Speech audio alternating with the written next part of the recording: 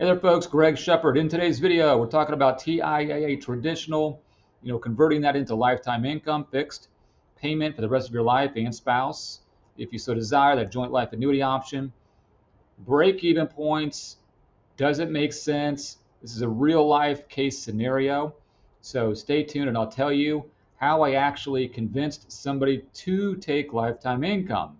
Okay? So hang tight. For those of you that don't know me, again, my name is Greg Shepard. I do specialize in helping folks all over the country just make sense of those TIAA accounts. Okay, so let me set the stage here. So this is a person that found me on YouTube and was pretty much anti-lifetime income, which I get it. Okay, I understand that. There's pros and cons of lifetime income. Doesn't always make sense. And reached out to me. She's now a client, but she has $400,000, okay, sitting in traditional. A lot of you out there know what I'm talking about, trying to put together this puzzle. I have this money in traditional. I'm not a big fan. This is her speaking. I'm not a big fan of that lifetime income thing. It just doesn't sound good to me, advantageous. She's a little younger. Well, she's going to retire. She'll be 65, husband about the same age. So we're looking at 100% joint survivor benefit with the spouse, okay? And what I asked her is, have we done some analysis? I already knew the answer. Have we done some analysis on break-even points to figure out at what point in your life does lifetime income become more advantageous than the extraction policies afforded to you or restrictions afforded to you? Okay, obviously the answer is no, she didn't do that, which is perfectly fine. Nobody really does, right? So here's what we did, what I did. Remember, oh, I didn't tell you this yet. She has 3 contracts and 2 are illiquid. 1 is liquid. So the liquid one's fine, okay? So we have 2 scenarios here. 1, very simple, lifetime income paying a little over 7%, okay? That's the payout rate on lifetime income. So that's easy. We can figure out what that payment's gonna be, all right? Second scenario would be, the other option would be initiating the extraction strategies for each contract, okay? 1 contract, we're doing a 2.5% surrender charge, okay? Freeing up that cash, rolling it over to an IRA. Second one was liquid, so very simple.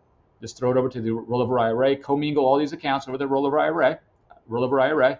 The third one, we do it's a 10-year TPA paid out over 9 years, okay? Again, commingled in the rollover IRA. So that second strategy, we have a rollover IRA consisting of $400,000 minus the 2.5% surrender charge and then the annual payments from the RA. Okay, so we're not getting all that $400,000 up front, okay, which is the variable at play here. All right, now let me back up a little bit. If you had 2 variables or 2 scenarios, lifetime income over here, $400,000, then a rollover IRA here at $400,000, making interest and then taking the same amount of interest from the rollover IRA that you worked from the lifetime income, I can do the math pretty easily. That rollover IRA is going to be pretty advantageous over the course of time. But remember, we can't get all that $400,000 all at once. All right, so I threw it into my calculator that I created, and it's pretty simple. Basically, what it said is that if she were to live past, oh gosh, I already forgot the number. I think it was 85 years old. Either one of them, past 85 years old, the lifetime income would be a better option, monetarily speaking, okay, compared to that IRA. Now, the reason being is that, remember, that extraction strategy, that we had 3 different strategies, three different scenarios going on to get that money to that rollover IRA. So it just wasn't one full swoop over to that IRA. So I brought this to her attention, and lo and behold, her and her husband, both of whom were sounds dramatic, but anti-lifetime income, now are choosing to do just that, the lifetime income, okay? And that's, I'm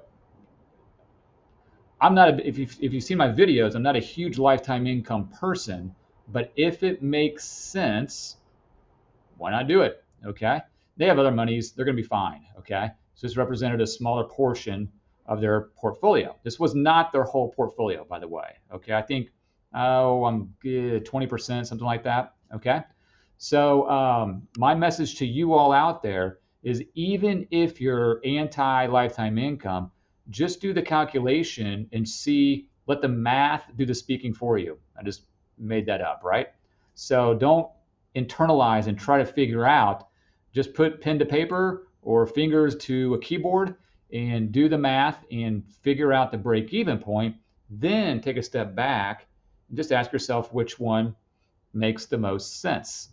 Okay, hopefully you followed along a little bit on that one. If you're having trouble or you have questions trying to figure out your break-even point on your lifetime income, by all means, folks, contact information is below. Feel free to reach out, and I will get you squared away. All right, you all take care. All right, bye-bye.